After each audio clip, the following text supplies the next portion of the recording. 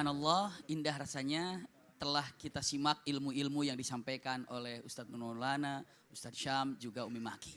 Kita lihat ternyata hal yang kita baca, yang kita bahas, ada doa yang tidak dikabulkan. Apa sih rahasianya tentang masalah menyatukan umat ini? Ternyata Allah katakan tidak bisa ya Rasulullah.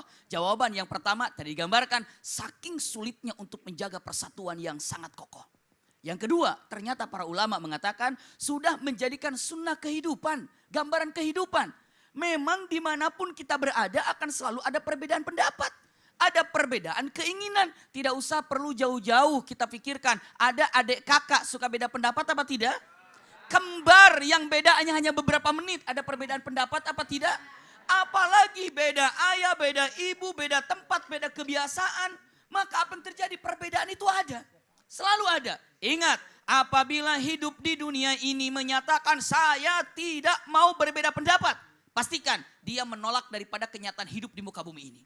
Tapi sebaliknya, pokoknya saya hidup di dunia ingin beda pendapat terus, itu mah kurang waras. Kenapa? Ingin beda pendapat terus kehidupannya, ingin beda, jangan. Ya.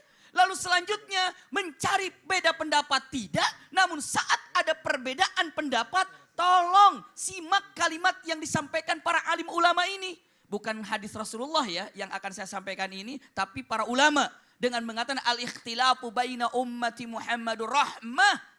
Orang mengiru mengatakan itu hadis Rasulullah, bukan hadis Rasulullah. Ini perkataan ulama dengan mengatakan perbedaan pendapat yang terjadi di kalangan umat Nabi Muhammad itu rahmat, kasih sayang.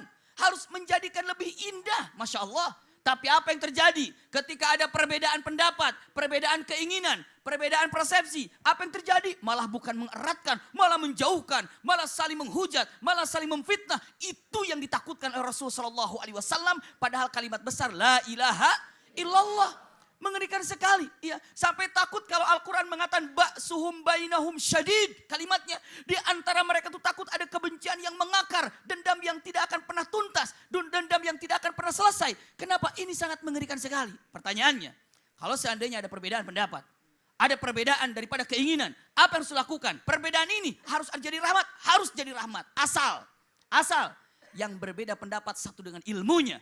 Dia memilih, dia menentukan dengan ilmu yang telah dia terimanya. Kenapa? Hal yastawil ladina ya'lamuna wal ladina la ya'lamun. Apakah sama orang mengetahui dengan orang yang tidak mengetahui? Satu itu. Jadi ketika ingin berbeda pendapat, siapapun coba cek dan ketahui ilmunya. Yang kedua, simak baik-baik.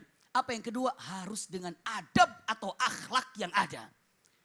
Apapun yang terjadi. Ternyata ilmu dan akhlak ini yang akan menjadikan perbedaan pendapat menjadi ukhuwah yang sangat kokoh dan kuat. Tanpa ilmu dan adab, perbedaan sedikit apapun akan menjadikan perpecahan yang semakin jauh. Maka punten, usikum wa iyaya nafsi bitaqwallah. Kalau ditanya ilmu dulu apa akhlak dulu ya? Ilmu dulu apa adab dulu ya? Ternyata jawabannya adab dulu, akhlak dulu. Rasulullah 40 tahun belajar akhlaknya. Setelah itu apa? 23 tahun menjadi nabi dan rasulnya. Kenapa? Ternyata bukan hanya sekedar punya ilmu untuk maju di dalam perbedaan pendapat. Tapi ternyata perlu akhlak yang akan mendamaikan suasana yang ada. Bagaimana caranya agar kita tidak suudzon dalam doa kepada Allah dan yakin doanya dikabulkan? Guru kami semuanya Ustadz Nur Maulana akan menyampaikan. Tafadhol. Terima kasih banyak. Abi Maki luar biasa. Masya Allah tabarakallah.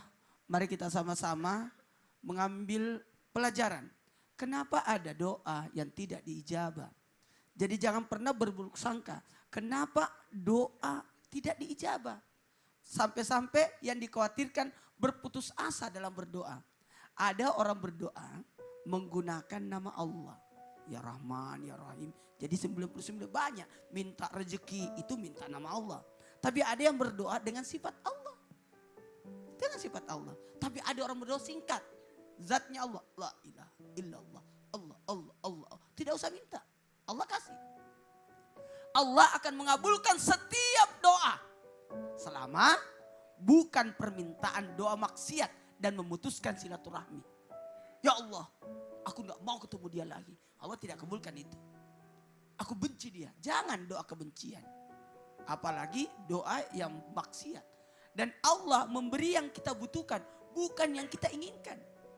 Kenapa? Kadangkala kita senantiasa menginginkan sesuatu tapi ternyata kita tidak butuh. Maka Allah yang maha tahu atas kebutuhan kita. Tapi tidak ada salahnya kita minta. Karena kenapa? Allah akan memberi kita di saat yang tepat. Di saat yang tepat. Allah memberi kita, bisa jadi menurut kita itu buruk, tapi bisa jadi menurut Allah itu baik untukmu. Bisa jadi terbaik untukmu. Kesungguhan dan tujuan kita, itulah yang mengiringi doa. Kesungguhan. Mau kaya? Iringi dengan kesungguhan. Dan ada doa yang mengantarkan doa itu sampai. Doanya, ikhtiar dan tawakal kita untuk menunjukkan sesuatu yang kita inginkan. Maka iringilah dengan upaya perbaikan diri. Doa, kesungguhan, usaha, ternyata tidak sampai di situ aja. Tapi perbaiki dirimu.